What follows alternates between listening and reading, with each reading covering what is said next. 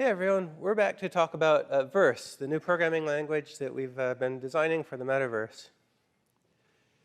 So Verse is about solving the larger problem of the metaverse. Verse is launching an Unreal editor for Fortnite, but we have much longer term and bigger plans for it. But essentially it's aiming to provide a programming language solution supporting development of many kinds of games and other real-time 3D simulations, supporting a full development cycle of tools and content creation for the metaverse. I'd like to say a little bit about what we see this as ultimately, because the metaverse is more than Unreal Engine is today, and it's more than Unreal Editor for Fortnite is today.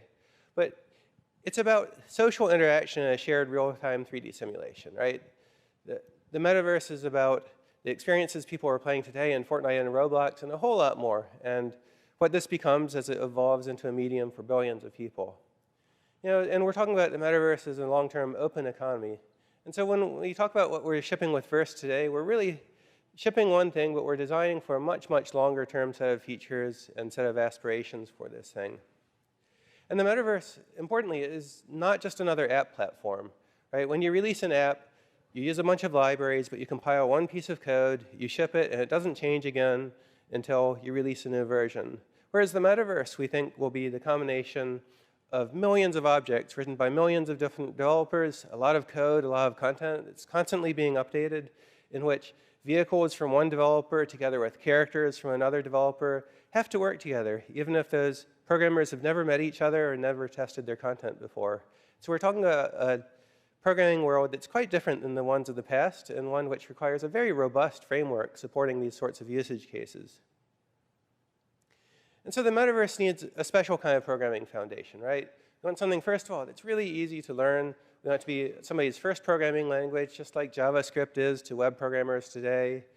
We also want a language that enables us to catch problems at development time before we've shipped content to millions of users. The costs of shipping a problem once it's already shipped are much, much, much higher than catching bugs. So we want a strongly typed language that we can count on the compiler to guide us on what the problems with the programs are before we ship them.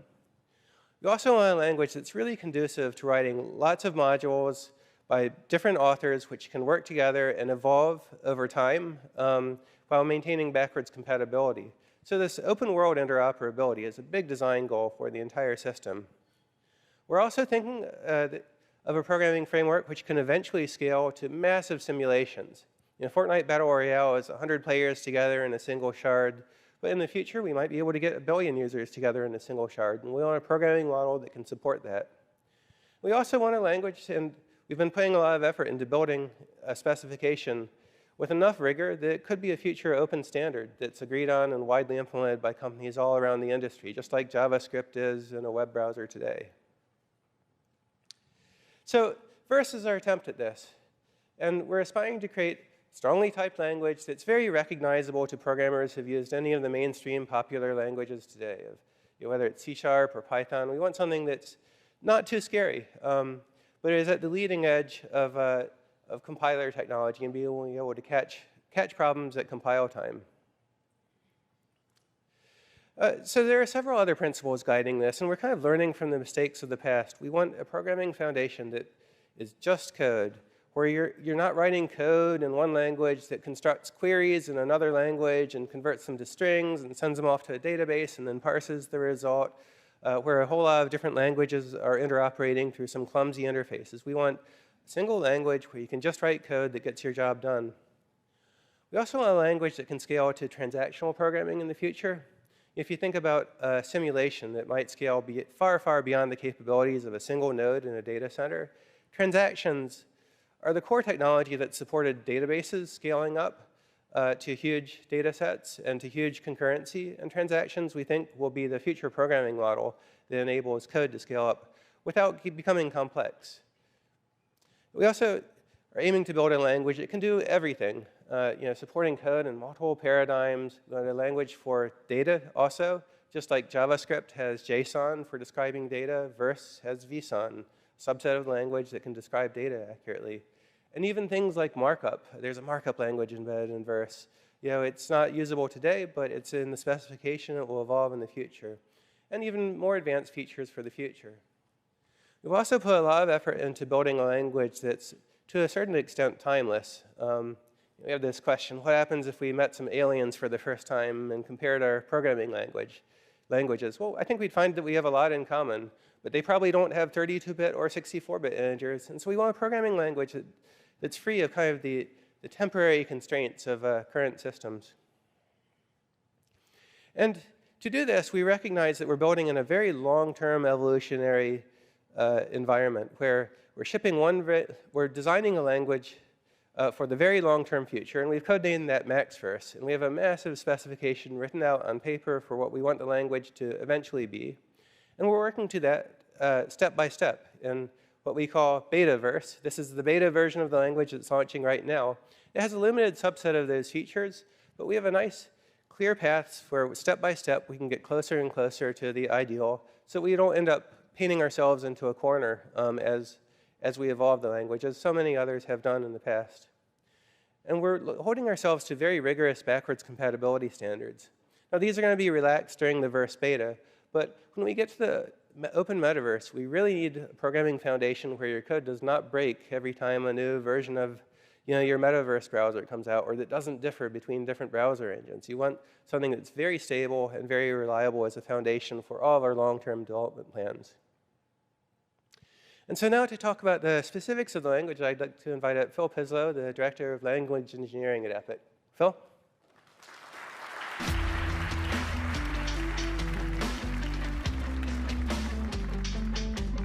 Hey, everybody. So I'm super excited to show you verse by example. So let's just jump right in. Let's say that you want to define a value, constant value called x, and set it to the value 42. This is what it would look like. And here we've given it the type int. Although it is also possible to write this without the type. If you just say x colon equals 42, the compiler will figure it out that this is an integer. And here we're defining a constant value. Later on, I'll show you how to define values that are mutable, like mutable variables in most other languages. Here's an example of an array. Again, here I've given the type. So the type is square bracket int, which means an array of int. And the value is the three integers 1, 2, and 3. Of course, I can also do that without specifying the type, and the compiler will just figure it out. So let's get into something a little bit more complicated, functions. Verse supports a function syntax that is very similar to mathematics. So here's just a one-liner function. It'll take an x and return x plus 1. You could also put the x plus 1 on the next line. Verse supports syntactically significant indentation like Python and Haskell. So if you have an indented function body below the function signature, everything that's indented stays part of the function body. And the same is true for other block scoping constructs in the language. The language does also support squiggly braces, so you could put the function in squiggly braces if you don't like syntactically significant indentation. Verse functions can be overloaded. Here's an example of a function foo that takes either an int or a logic. Doesn't even have the same return type in both cases, could be a completely different function body. If you call foo with 0, it calls the first foo and returns a string. If you call foo with true, it calls the second one and returns nothing. Next up, modules. Modules are a great feature for encapsulation. The easiest way to make a module in verse is using the directory structure. Within your project, if you have verse files in a subdirectory, that subdirectory becomes a module. But you can also use modules directly in your code, and this is how you would do it. You use the module macro. Again, syntactically significant indentation means that the A and F members are part of that module. So here I've defined both members public, which allows code outside of the module to reference them. Verse also has structs. Structs are great for just passing around clusters of values with named properties. So here I have a struct that just has one member A of type integer. There's a couple of things going on here that I want to point out. First of all, our naming convention, which is not enforced by the compiler, is that we use capital case for values and lowercase for types. For multiple words, we use snake case for types. So maybe it would be foo underscore bar instead of just foo. And we use camel case, uppercase camel case for values. It's not enforced by the compiler, so you can do whatever you feel like, but this is what we recommend. Another thing happening here is that I have given the A member a default value of 42. So if I instantiated foo without specifying the value of A would be 42. But here, as you can see on the second to last line, I'm instantiating foo with A being overridden with the value 43. So then later when I say x.a, I get 43 instead of 42. Verse also supports classes. Classes are more powerful than structs. You can have subtyping. You can have functions. Classes also have, class instances also have identity, kind of like they do in Java and other object-oriented languages. Here I've just created a class that has no supertype called bar. I've given a field A with default value 42 and a function. And I've instantiated bar and again overridden the default value of A with 43. This is what it would look like if you did subtyping. Subtyping is the syntax for subtyping is you say class with a parenthesized clause. Whatever's inside of those parentheses is the supertype. So here, bar is the subtype, foo is the supertype. Functions are virtual member functions and classes are virtual by default in Verse, and we require that you use the override specifier when you are intentionally overriding a virtual function. So here we've overridden f in bar to do something different than it would have done in foo, and in order to placate the compiler, we've placed the override specifier on f. Now let's talk about mutability. So far I've shown you a bunch of features where there's immutable variables, and that's not appropriate for all use cases. So Verse also supports mutable variables, and the mutable variable support is really awesome. Here's a really simple example. All I have to do is say var, and x is now a mutable variable. This means that I can change its value whenever I like. The way that I change its value is using the set keyword, var and set. Very simple. So here, var x starts out with the value 42, then I set it to 43.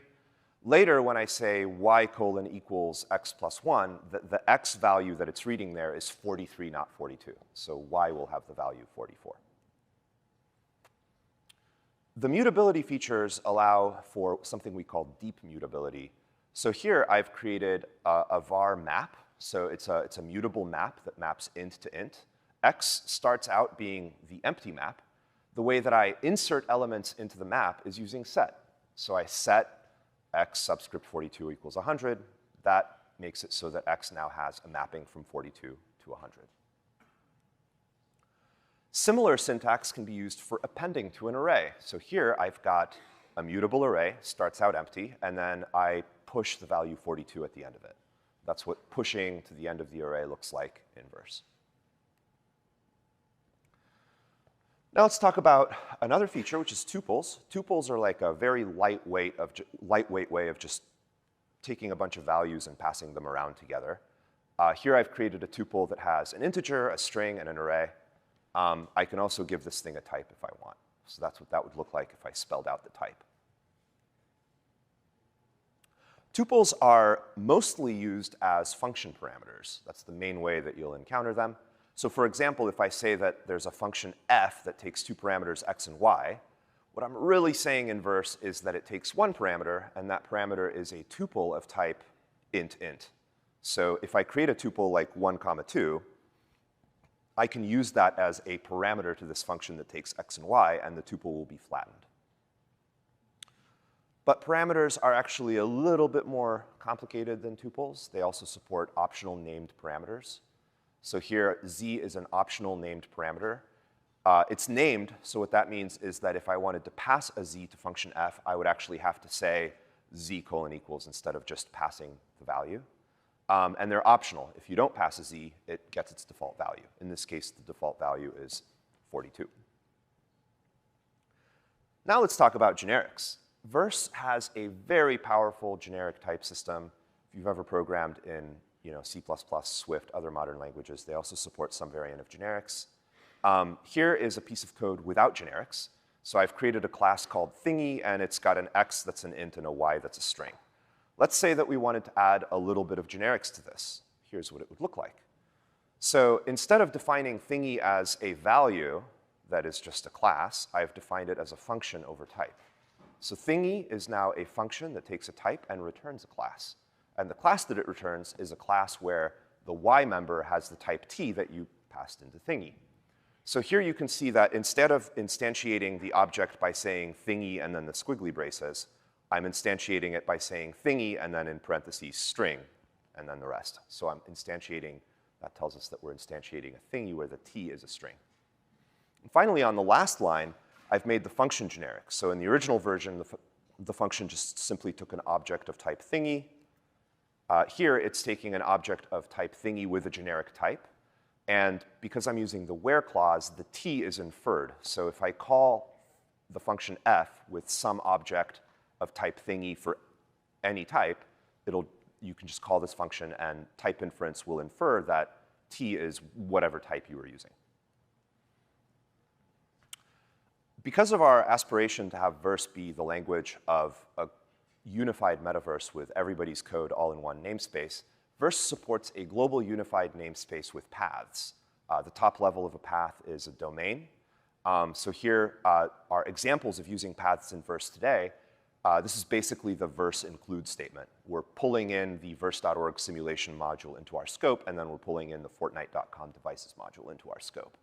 And these paths are not strings, they're actual, they're syntactically recognized within the language. And you'll see more and more of paths in the language as we develop it out. All right, now let's talk about where verse really diverges from other languages. Verse is inspired by functional logic programming, which means that instead of relying on Booleans for conditions, it relies on success and failure. So here I've written a verse program that first says that x is 100, and then says that x is 200. That's a contradiction, so the program will fail. And in fact, failure is the way that you do comparison in verse. So if you run a piece of code within the condition of an if statement, what you're doing is you're asking verse to run that code to see if it succeeds or fails. If it succeeds, then you take the then case. If it fails, you don't. So here the x equals 200 will fail because x already has a value and that value is 100, and so what will not be printed. Same thing happens if you use inequalities. So greater than is a failable expression. If it succeeds, then the if statement will print what. In this case, it'll fail. You can also abstract failure out using the decides effect. So here I've defined a function f with the decides effect, and it decides if x is greater than 100. I can call this function f with the square bracket call syntax. Square bracket call syntax in verse means I want to call this function to see if it will succeed or fail. If it succeeds, you'll get the value. If it fails, well, you have to be in a failure context. And in this case, I'm calling f from within the condition of an if, which is a failure context. So this is the same thing as if I had said x greater than 100 inside of the if condition. And again, this will fail because I'm calling f with 0, and 0 is not greater than 100. This decides thing is an example of effect specifications in verse. In verse, you can specify for any function what kinds of effects it's capable of. By default, functions have a certain set of effects that you'll find useful for most cases, but sometimes you will use effects like decides to broaden the power of the function. In this case, I'm giving the function the additional power to fail if it wants to. And in a little bit later, I'll show you another effect that is popular in verse.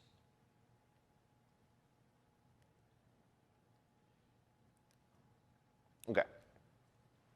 Now, this concept of failure is closely tied up with transactions. So if you run a failure context, in this case, the if condition is a failure context, that failure context will either succeed as a whole or all of it will fail.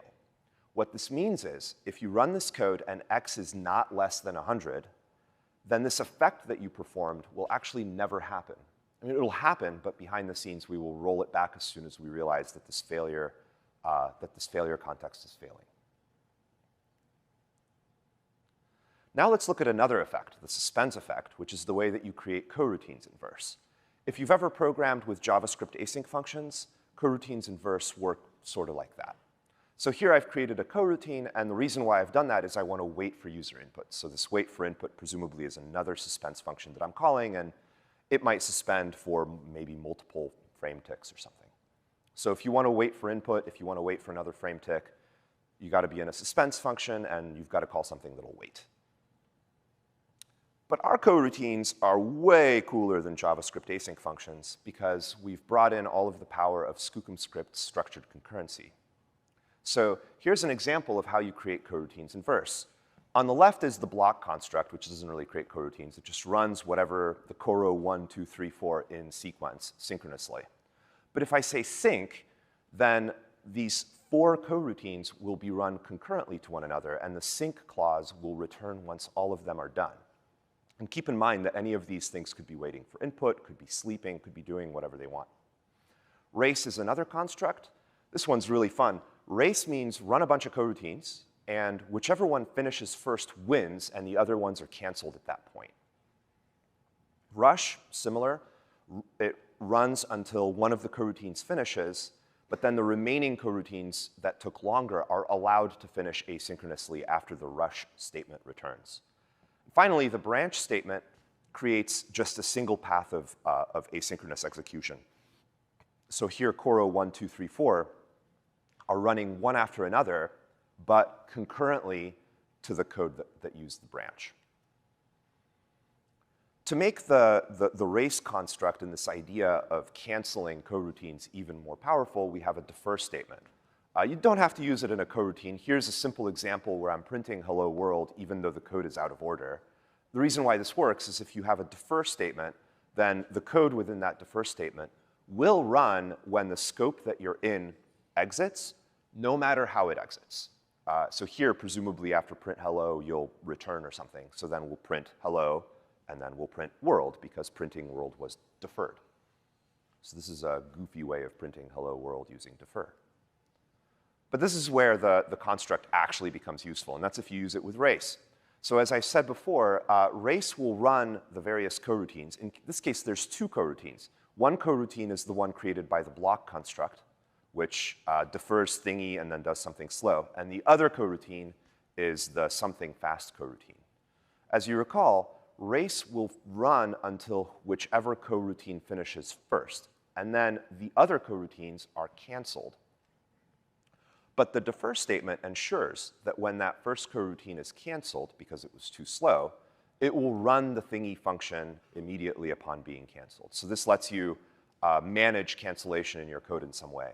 So it's not just that your coroutine goes away, you can actually run some cleanup code. Now let me get into my favorite feature of Verse, which is the for loop. Here is a very simple for loop. I'm just using the for loop here to iterate over an array. This does what you would expect. It iterates over the elements of some array and prints all of them. But the for loop is kind of like a query. Because of the functional logic power of the language, it can do some of the things you would expect from a query language.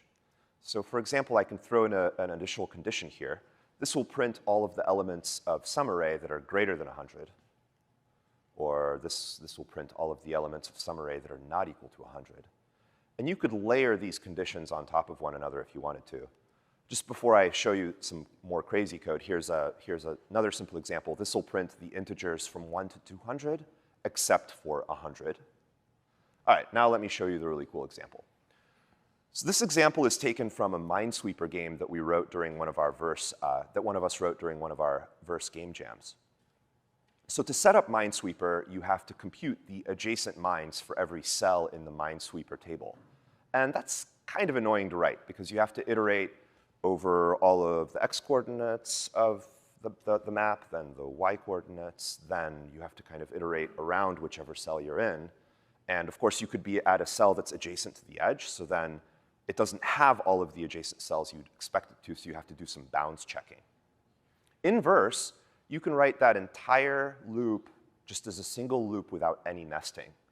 The way you do that is first, we use the y arrow cell row colon cells construct to say, I want the index in the array and the element in the array of cells. So y is the index in cells. Cells is a 2-dimensional array. And cell row is the element. So the cell row ends up itself being an array, a row of cells. But without even having to go into a deeper loop nest, I can, within that same for loop, say, Well, I want to grab the x coordinate and the cell out of cell row. So again, x ends up being the index into cell row. Cell is the value at that index. So now with just those two statements, within the rest of the scope of the for loop, I have the x index into this two-dimensional array, the y index into the two-dimensional array, and the entry. But wait, it gets better. I can then use the range construct to loop even more within the same loop. Here, I'm looping over all of the adjacents, so all 9 adjacents, by just simply saying x minus 1 dot dot x plus 1 and y minus 1 dot dot y plus 1. And then when I access the cells array, notice that array accesses use the square bracket syntax. The square bracket syntax is a failable expression. When does it fail? Well, it fails if the indices are out of bounds. So because all of the things in the for loop clause are failable conditions, that if they fail, the loop just doesn't consider it, this means that the loop will automatically skip the out of bounds cases without you having to say anything about it. So that's how you write the Minesweeper setup in Verse, just in a single loop without having to use any crazy nesting, thanks to Verse's functional logic power. And with that, let me talk about some future plans. So we're going to bring lots of additional language features on top of what's already there. So right now, it is still a smaller language than what we hope for in the future. As Tim said, right now we're shipping Betaverse, and we're working incrementally towards the Maxverse vision. Additionally, although right now the language is only built into UEFN, we eventually want to build it into Unreal Engine as well. And this isn't to replace Blueprints. This is to augment Blueprints. So if you love programming with Blueprints, keep doing it. If you want to program in a scripting language, Verse is coming. We also want to release the language implementation under a permissively licensed open source license so that other people can use it for whatever they like, whether it's a different game engine or something not even game related. The current implementation is still early days in terms of performance, so expect lots of performance improvements to come. Also, right now, we're shipping a relatively simple gameplay framework with Verse, but we're going to grow that and ship a much bigger framework in the future. And on that note, let me turn it over to Tim Tillotson, our gameplay engineer director.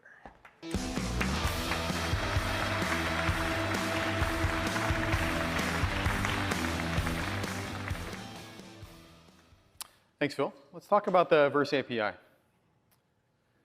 So much of what I will share today is really forward-looking. We have a lot of plans of what we'd like to do, a lot of things we prototyped. The API is currently in beta and will be for a long time. We strive to have a public, stable API, but we reserve the right to change things throughout beta as we need to. If we deprecate things, we'll try to do it like we do with UE. We'll do it in phases, or we'll provide some easy way for you to kind of upgrade your code. So this is kind of a comparison with the game metaverse to the World Wide Web and how we envision it. At the high level, we want to make creating user games and simulations as easy to do as it is to create web applications today. But to do that, you have to have kind of this common set of APIs you're building on top of. And so initially, though, those APIs often start out very custom to the browser or the simulation engine that's created.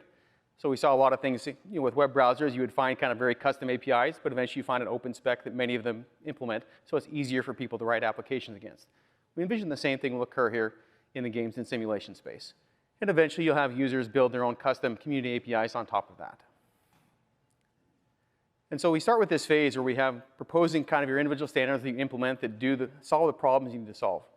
An example is Quick was implemented by Google and Chrome back in 2012 to speed up how the browser talked to their web search engine. And then that became the basis for HTTP3 almost a decade later.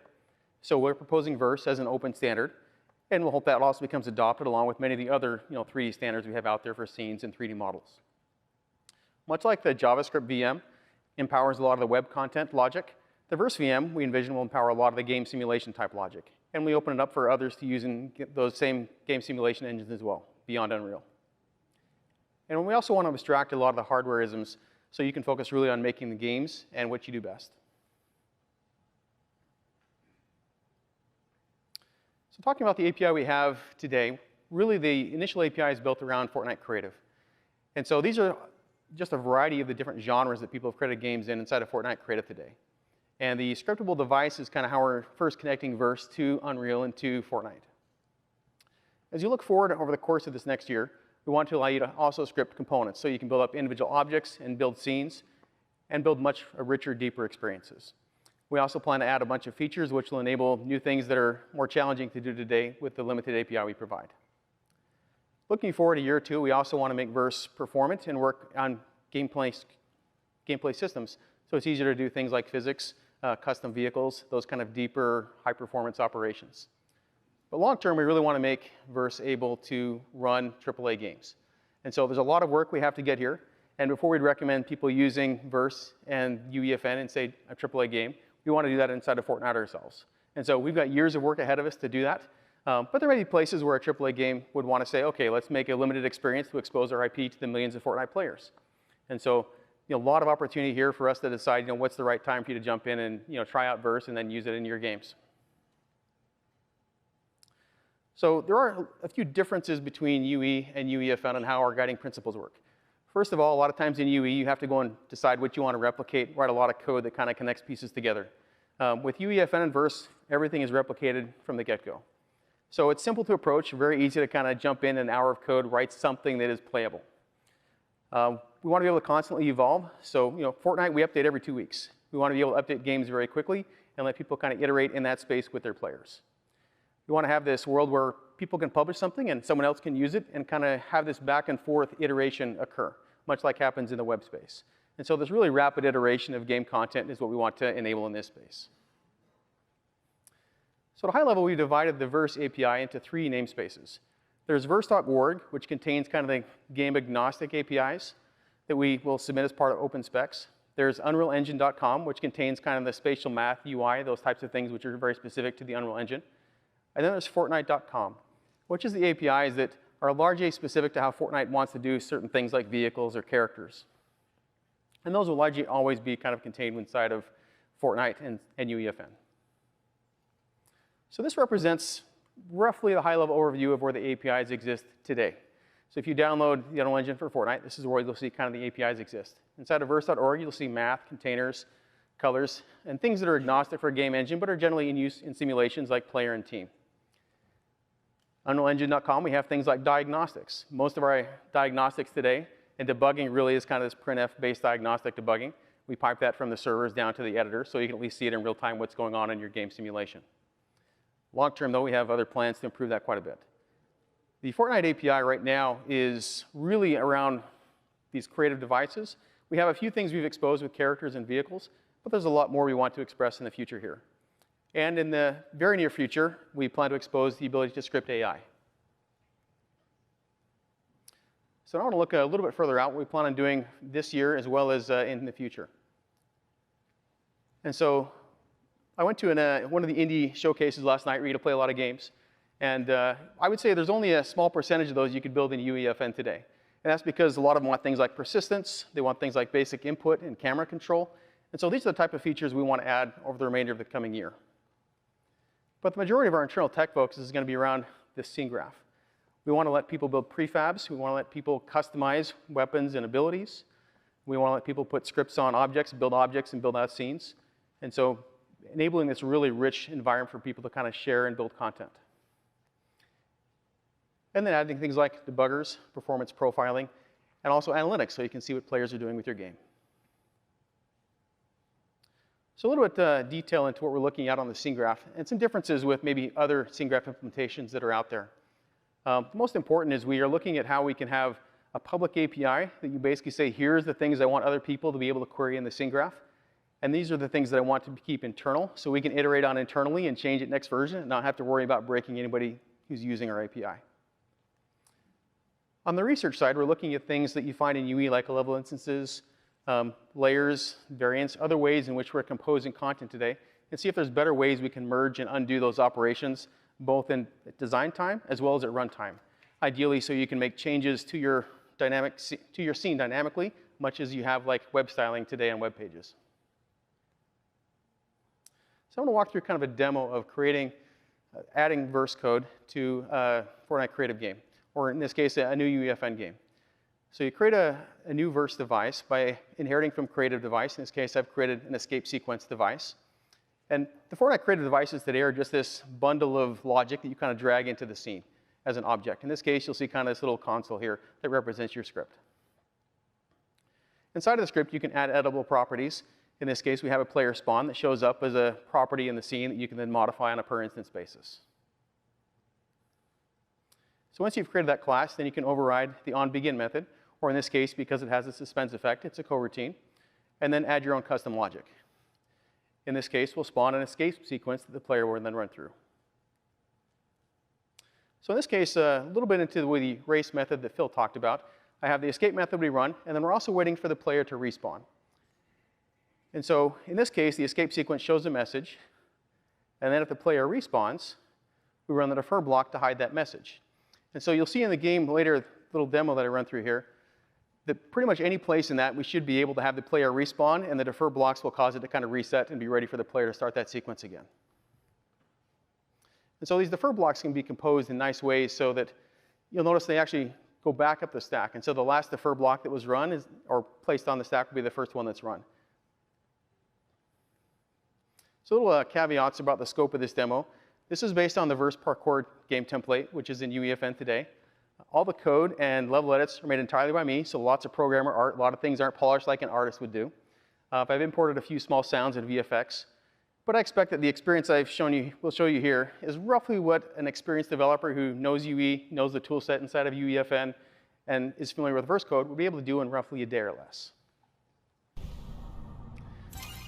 So here we tell the player to go grab the stolen files, give them a little indicator to show them we're on level, and the way for them to enter that area.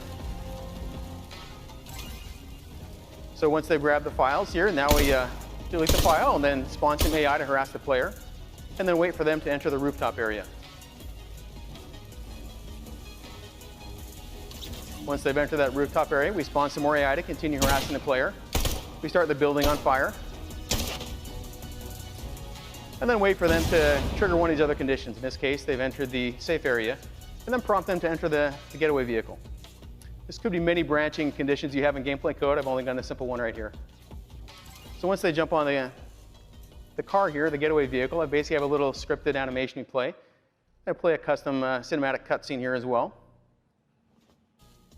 And then give them the option to jump in a helicopter. And if they do jump in this helicopter zone, we'll place them in the seat of the helicopter and wait for them to enter the level outro area.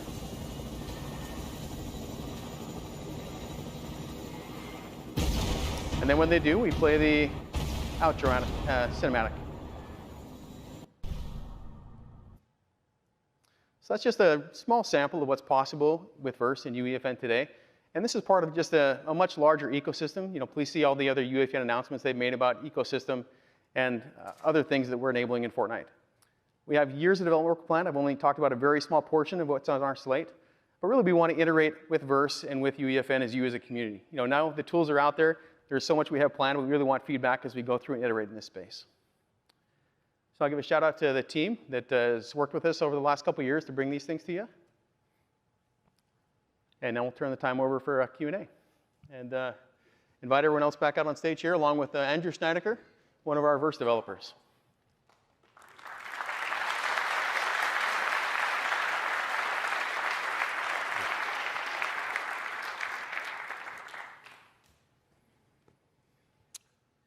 So let's see, yeah, go ahead. There's a mic. Where's the mic? There it is. All right. Could you go over the mic?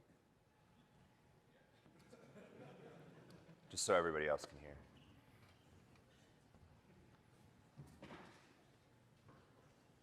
Yeah, folks who just want to line up with the microphone to ask questions.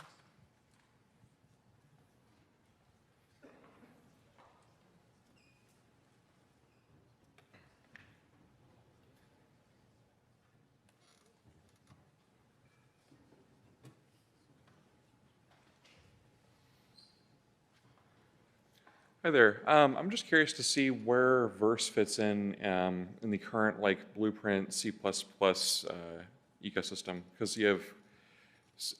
I've heard rumors that you're basically sort of pushing Verse as a third wheel to complement both of them rather than replace C++. Is that true?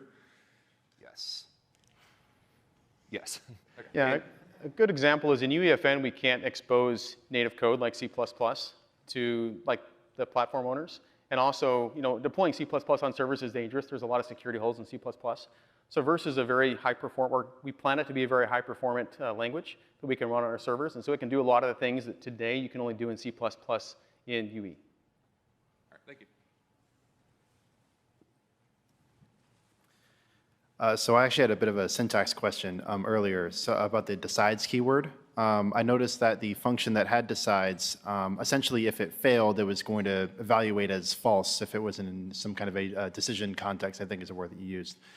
My question is, so what's the purpose then of the logic type? I saw that it sort of is like the replacement for a bool. Wouldn't a function that decides, why doesn't it just return a logic type instead of having the decides keyword? If it returned a logic type, then after calling the function, you'd have to use question mark to turn the logic into success or failure. So the convention is if you're returning Boolean, you almost always make the function decides. But logic is still useful if you want to carry around, say, an array of Booleans. Then you would use logic. So then, so is there traditional Boolean types in Verse? Or because you were saying that in an if statement, it's essentially if it succeeds, then you do the code, and if it fails, then you don't. So is there a traditional Boolean type in Verse, or is it all just this failure and success? There's no Boolean type that feeds into control flow, right? So if you're doing an if, then the if is based on the success or failure of the expression in the condition. But there is a traditional Boolean type in the sense that logic can be true or false and can be passed around as a Boolean. And I just have one final follow-up question. So does this success and failure system sort of seems like it replaces the traditional like exception system present in languages like Java and C#. So in this case, we wouldn't really have try-catch blocks. It's that the whole language is built around success and failure. So if you have an exception, it acts the same way as if the expression failed. Is that correct? It's similar. The difference is that with exception handling in most languages, if you look at a function, the points in the function where an exception can happen are implicit, right? Like you call a function foo, could it throw an exception? But here in Verse, if you call a function for the purpose of determining if it decides or fails, you have to call it with the square bracket syntax, you have to be in a failure context. So there's really no completely implicit control flow here. You can see all the points in your program where a failure could happen and the code you're running could terminate early. And then I imagine it's a lot more performant than traditional exception handling in other languages. Oh, yes, yes. Thank you very much.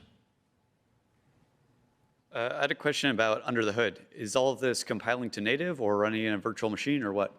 Right now, it's compiling to the Blueprint VM. That's not the long-term strategy, but it works great now.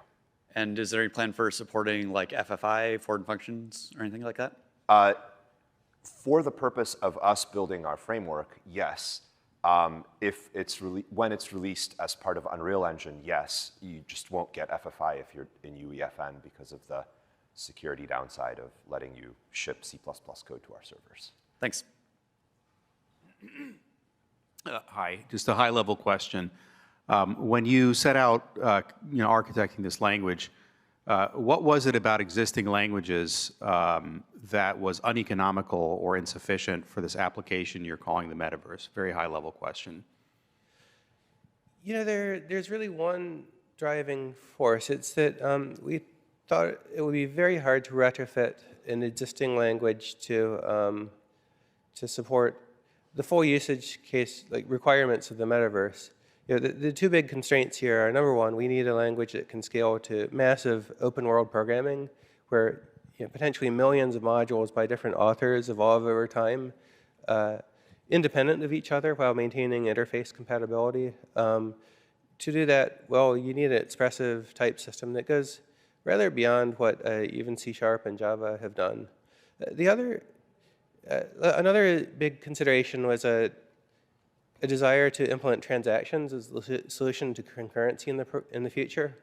If you look at how all existing MMOs and other games with massive simulations have dealt with concurrency, they just push a huge amount of error-prone work on the programmer, where you're both writing local game code to run on your current node, but you're also sending messages to other nodes in a data center to tell different nodes to do different things, and you're kind of writing your own manual negotiation protocols for making cross-server transactions or cross-server communications work.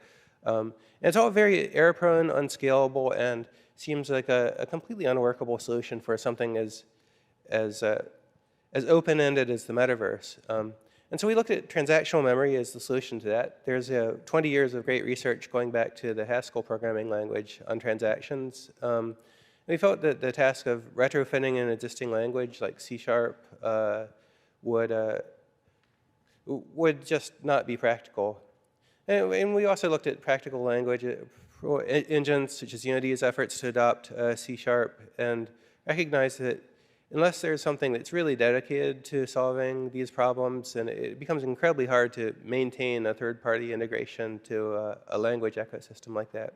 So that, plus just a general desire to clean up some of the foundations of programming, led to the decisions that got us here. And the desire to adopt logic programming features, some of this fancy failures, control flow stuff that we've talked about, and the new iteration primitives.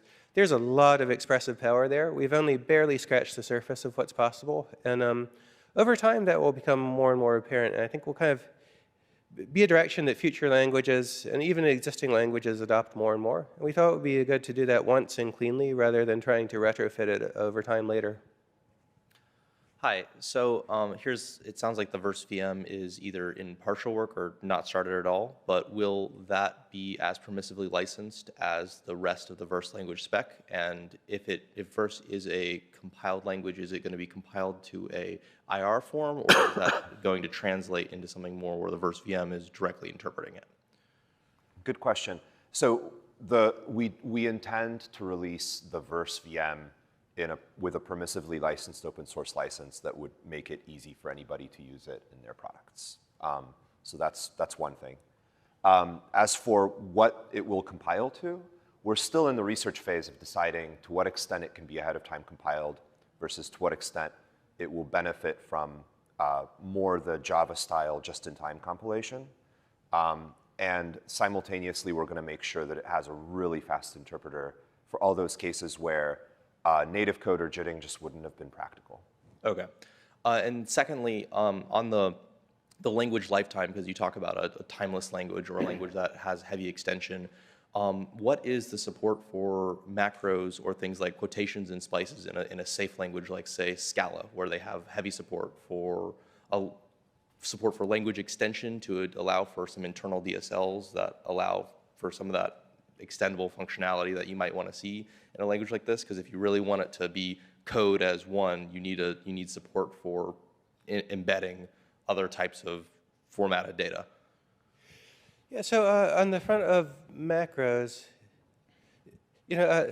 Reynolds, the old computer scientist, wrote down the Reynolds abstraction theorem, saying basically, if a language has the capability of doing something cool for itself, it had better open up a facility for abstracting over that feature for users, right? So we have expressions, so we'd better have variables so you can abstract over values, and we have formulas, so you'd better be able to write functions to abstract over values, and macros are a way of abstracting over syntax. So we think that's important. We have just kind of a straw man plan for going all the way down the macro rabbit hole in the future with kind of the scheme-inspired hygienic macros. C++ programmers are horrified to hear about macros, but actually there are languages that have done macros in a completely clean way that avoid the pitfalls of weird string splicing operations and accidentally aliasing names. There's a really great methodology for that from other languages. We have a plan for the whole thing, and we're not sure exactly how far we want to go down that path. We want to at least get to the point where users, if you saw like the for loop here in Verse, well, that's a special construct we made on arrays, but like the for loop you saw in these slides is actually just using a native macro. There's a syntax for the macro. It's some name, parentheses, some values, squiggly brackets, some expressions. And that's the format for a macro. And so it's already designed to accommodate macros at a fairly fundamental level. We'll definitely expose macros for creating iterator-type constructs and conformers and containers. of all sorts. So if we can write a fancy syntax for arrays and you create a cool tree type, you should be able to write a fancy syntax for trees. But we're not sure how far down we'll go. It gets a little bit dicey to pick apart the abstract syntax tree of a language and casing over special cases in a macro. And when you get down into those domain-specific languages, they're just built from ad hoc syntax. You kind of have to ask, is this really a language, or have we just done crazy tricks to stick other languages in the language? So I'm not sure exactly how far we'll go, but we'll definitely go pretty far. Okay, thank you. Are there plans to be able to implement blueprint nodes like you can do with C++ with verse? We've thought about that, but we don't have like a concrete plan of exactly how we would do it, what it would look like. Okay, cool, thank you. That's a great idea.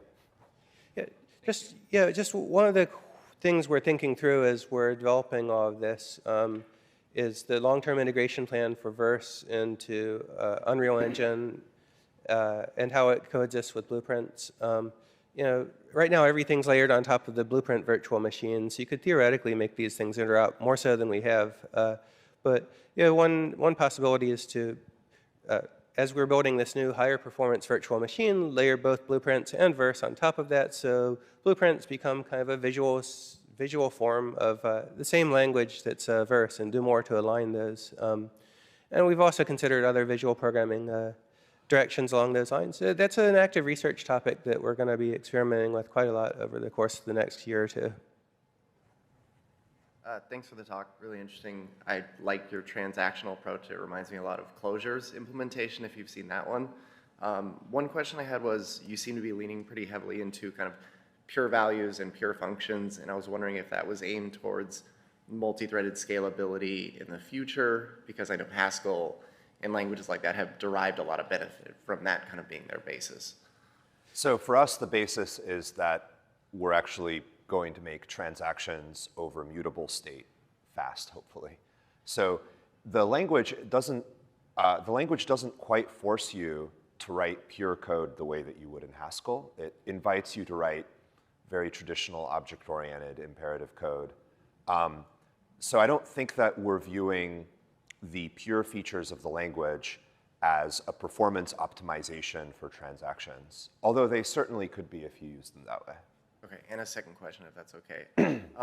Have you looked at, because you're talking about all of this code sharing for like thousands and millions of users, have you looked at kind of alternative forward-looking ways of kind of storing and sharing that code? Things like what Unison is doing with kind of hashing abstract syntax trees and sharing things that way for providing kind of greater scalability than traditional kind of text-based sharing provides. Yeah, there are really two ways of doing code sharing as we see it in the metaverse. The traditional way is you want to use a bunch of libraries. Great, well, you copy those into your directories, and now you have a separate copy of the library, and you can modify them however you want, and they never change, and now they're kind of your problem to maintain. That works for some things, but we think the much more common approach to sharing in the metaverse will be different authors deploy their own modules and expose them as public components of the metaverse. Right? You've seen that in Verse there are public and private declarations and variables. Well, in the metaverse, we take those things for real. If you release a public module, that means any other programmer in the entire world will be able to access your module by its path. You'll have like a path that might start at Fortnite.com right now and then go through your creator name and then have some directories underneath it. Well, that's your module that you've released publicly. And the intention is that the Verse publishing system has backwards compatibility constraints. If you publish a version of a module that says it adheres to some type signature, it exposes some classes and some variables, then all future versions of that module must be backwards compatible with that public specification you made. You're kind of giving the public a promise that your public interface will not change. And in that way, modules can evolve over time while remaining in place and being addressed in place. And we think that that's a really interesting way to allow the metaverse to evolve, where lots of authors are collaboratively adding lots of different features and capabilities and each accessing their things in place. And especially when you get into shared state, if one person creates a scoreboard that supports lots of different types of games and other users tie into that, you're not creating your own copy of that scoreboard. You're talking to the global scoreboard. Right? So the other idea in the metaverse is that eventually global variables will really be global variables. There's one in the whole world, and everybody could access it if you exposed it that way. Right? So the intention really is to have a programming language framework that writ large. And like what we're shipping right now doesn't implement this concurrency model or this shared data model. We have long-term intentions to move in that direction with the idea that the metaverse to the programmer looks kind of like this massive computer that runs very, very fast because it's a whole data center or many data centers full of computers, but otherwise looks single-threaded because this transactional memory system is sequencing all of your gameplay updates through it as it goes. And everybody's code could potentially interact with anybody else's code, and optimizing your code is really about maintaining data locality.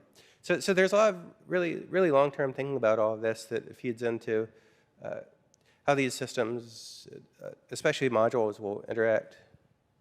Interesting. Thank you. Thank you very much for showing. Amazing. And like some of the questions have already been answered, but just want to confirm, like if I'm understanding correctly, the things like the first to compile to a beta code and be processed by the Blueprint engine. And if so, like, do we have any data of the comparison with some popular script we are using in area like Python and Lua, and something like you mentioned, like if it run into the trap of the global log like Python, we are just doing it. We are just been typing it for years, but it sounds like it will be like still a global log there, right? Like it's the restriction of Blueprint engine. Or So we're running on top of Blueprints right now, but that's not the long-term plan.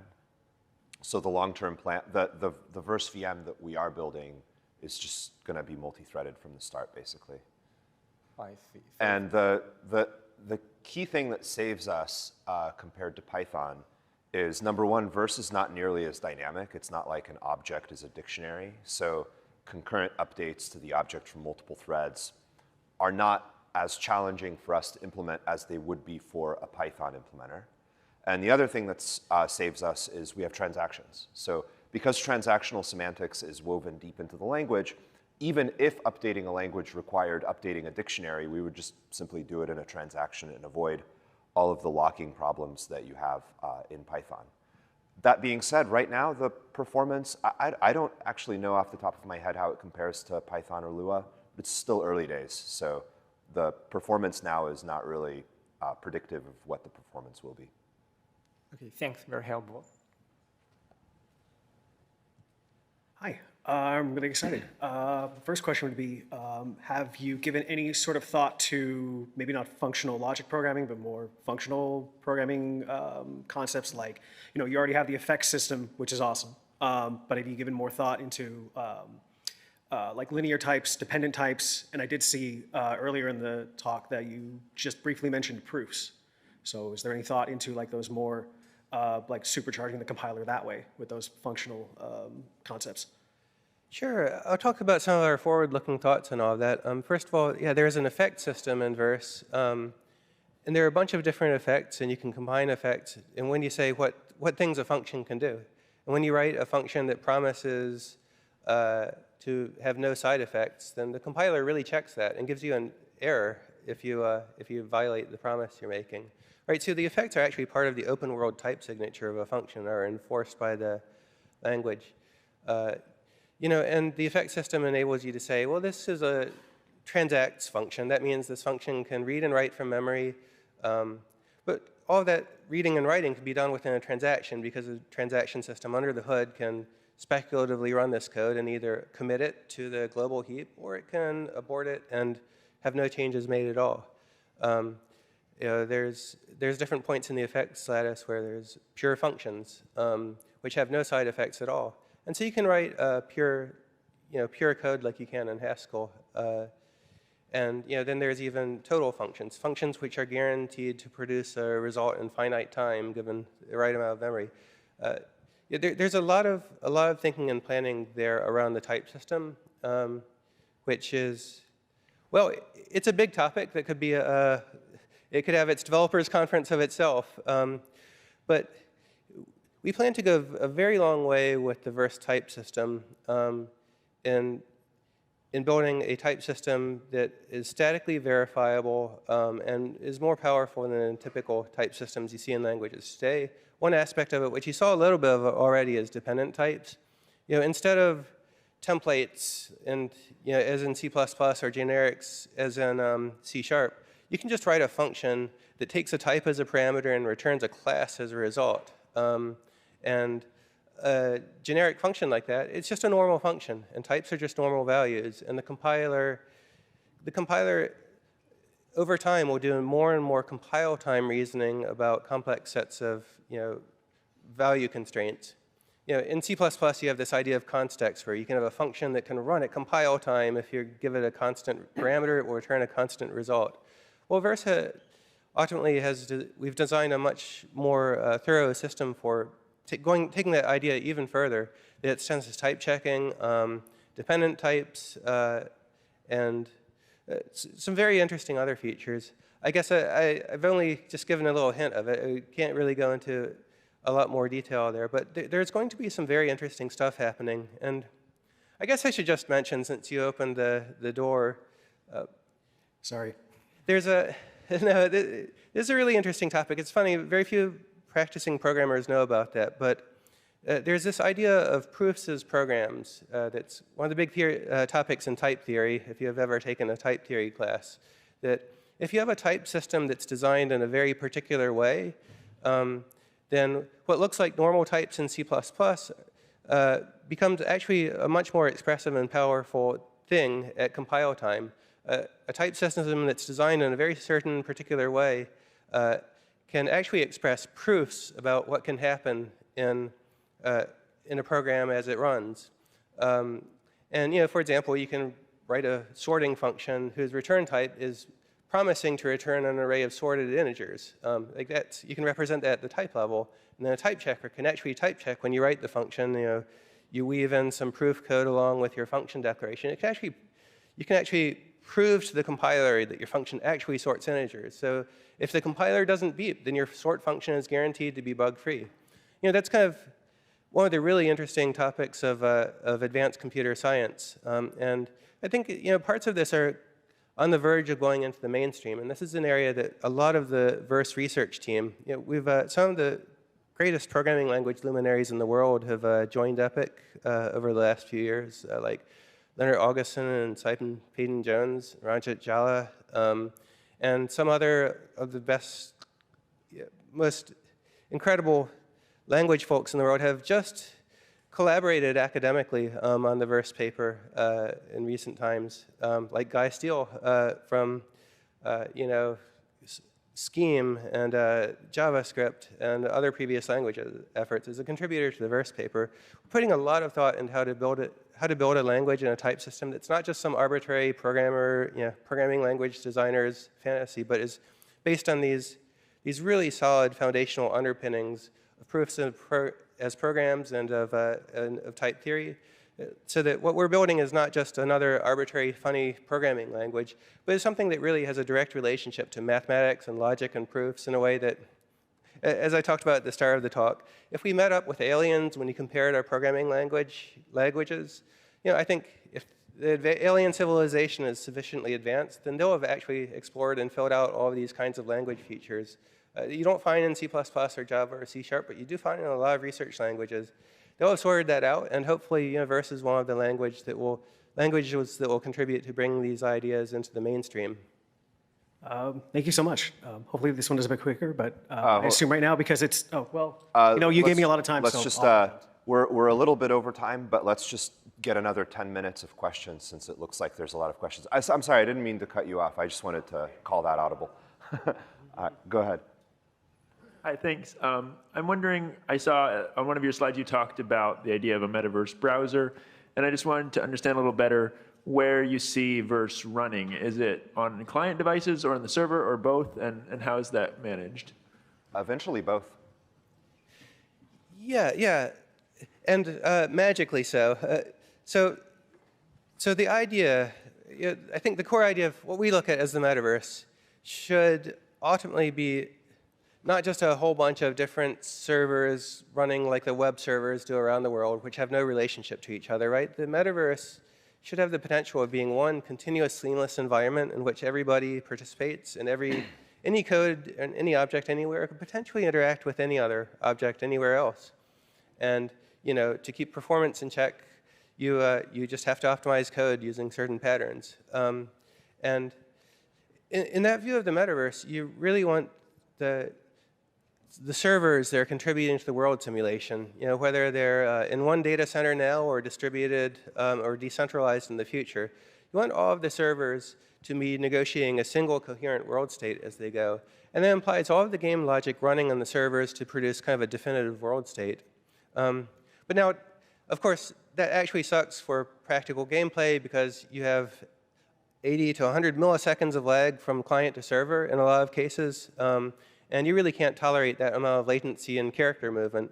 And so what everybody's been doing, John Carmack pioneered it with Quake World in 1996. Unreal Engine implemented it in 1998. All game engines have been running a predictor-corrector model where the server is running the definitive version of the world state, but then clients are running some local copies of that in order to predict ahead what the next state of the world will be so that you can hide all local latency and player movement and simulation of vehicles. And the server is correcting that. So sometimes you see some jittering in the objects. Well, that's when the server's, the client's making a prediction and then the server's coming in and correcting it later on. But the way this has been done in Unreal Engine 1 through 5 has been fairly ad hoc. We expose some functions with explicit declarations saying this code runs on the client, this code runs on the server, and you write your code very, very carefully to make sure all of those functions are running in the right place and are negotiating the world state.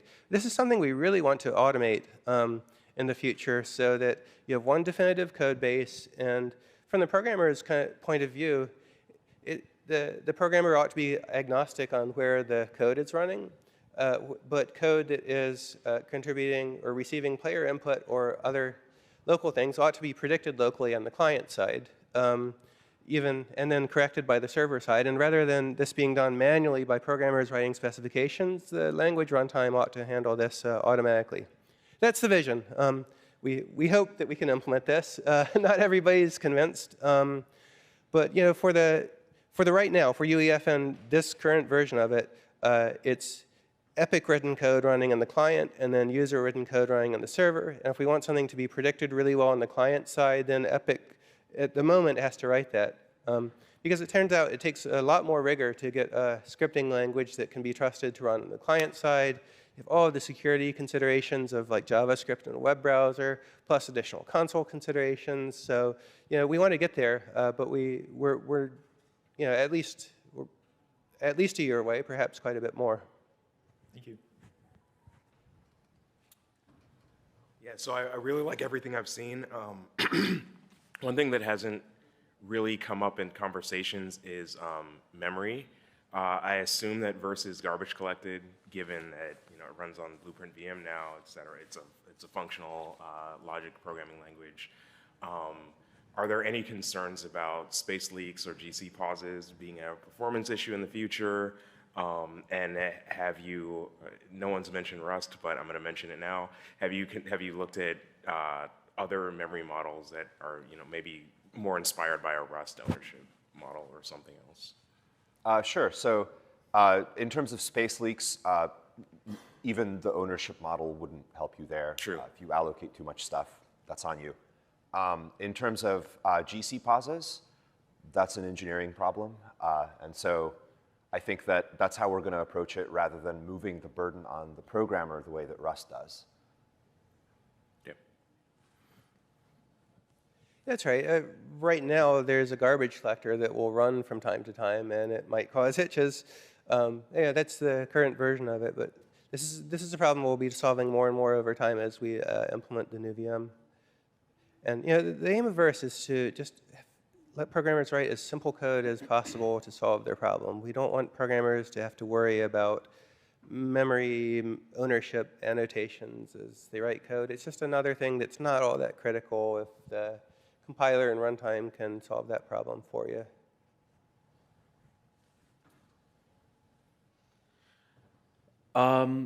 Okay, first off, this was really interesting. Really interesting project. Is set a transaction when you're setting a variable? Set itself is not a transaction. It's just one operation within a larger transaction. The way to think about the transaction scope inverse is you're always in a transaction until you suspend.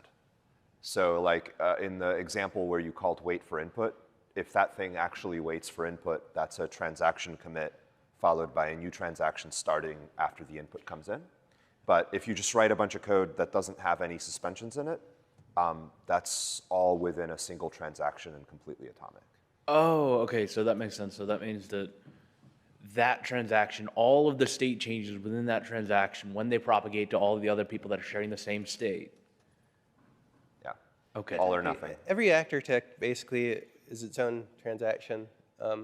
So there's no concurrency yet, but in the future, every actor tech could try to run in parallel. And when a bunch of actor techs don't have any read-write conflicts as detected dynamically, they could all commit. And when some have conflicts, then some would have to be aborted and retried. And that's the whole idea of transactions.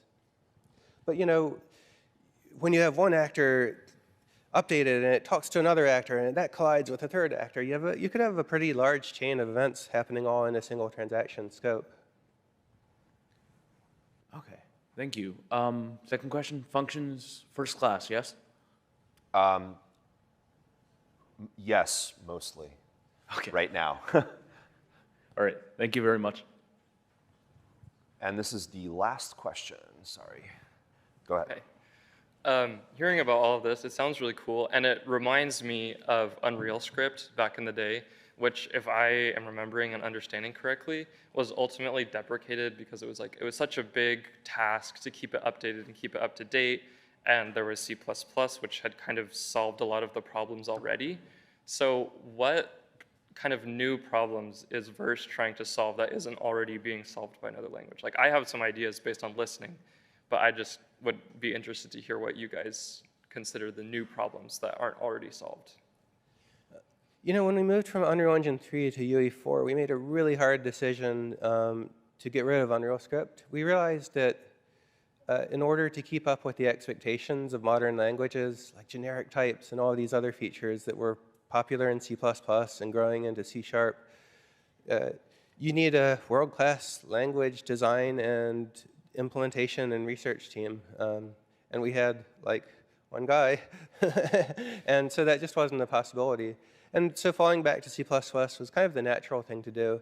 And it worked just fine for AAA developers, but it was not a great outcome for indie devs who found it just harder than writing in a scripting language. The solution in the Verse era is a language that really advances the state of the art in a number of areas, with logic programming, with this work on transactions, and with other aspects of a programming model that we think is more appropriate for the metaverse. And thanks to Fortnite's success, we were able to assemble a world-class language implementation and design and research team. And we have that here in the halls of Epic, and we have collaborators all throughout academia who are committed to contributing to making this work. So we feel we have everything we need now to make a really successful go of it, and we think this is a good thing to do. It would be very unfortunate if the move to the metaverse left us with a bunch of rather messy, untyped, non-concurrent programming languages as the foundation of it.